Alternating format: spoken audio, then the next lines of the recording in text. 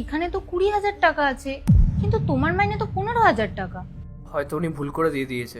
তুমি একটা কাজ করো, তুমি 5,000 টাকা আলাদা করে রাখো, আমি কালকে মালকিনকে গিয়ে দিয়ে দেবো। আরে না না, কোনো দরকার নেই ফেরত দেওয়ার।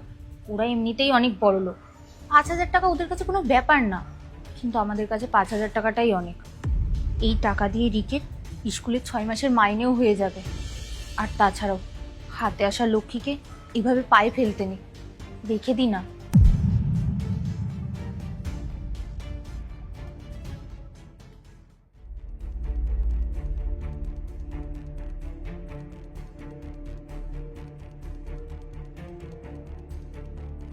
রাহুল, হ্যাঁ ম্যাডাম। কি হয়েছে তোমার?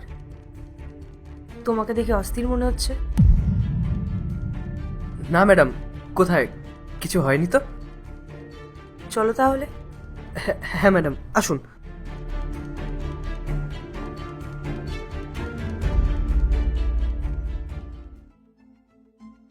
রাহুল,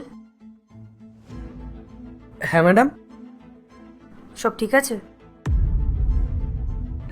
হ্যাঁ ম্যাডাম, সব ঠিক আছে। কিছু বলতে চাও?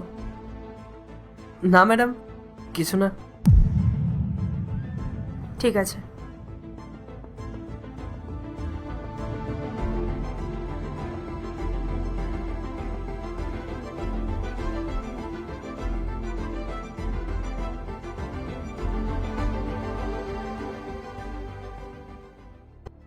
ম্যাডাম,